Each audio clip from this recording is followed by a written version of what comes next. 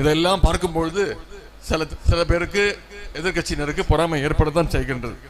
அதுவும் குறிப்பாக நம்முடைய எதிர்கட்சி தலைவராக இருக்கக்கூடிய திரு எடப்பாடி பழனிசாமி அவர்களுக்கு அதிகமான வைத்தறிச்சல். காலமெல்லாம் தமிழ்நாட்டுக்கு உழைத்த கலைஞருடைய பெயரை ஏன் எல்லா திட்டத்துக்கும் கலைஞர் பெயரை வைக்கிறீங்க அப்படின்னு அவருக்கு வைத்தறிச்சல். அதனால்தான் எப்படியாவது நம்முடைய கூட்டணி உடையாதா, ஏதாவது விரிசல் விழுந்துறதா என்று காத்து கிடக்கிறார்.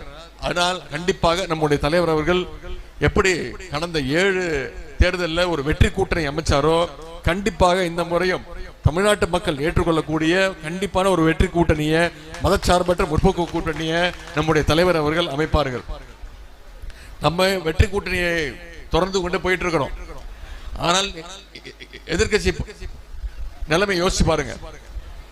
ஒரு 3 நாட்களுக்கு முன்பு அண்ணா திராவிட முன்னேற்ற கழகத்துடைய பொருளாளர் அண்ணன் திண்டுக்கல் சீனிவாசன் அவர்கள் பொதுக்கூட்டத்திலே பேசுறார்.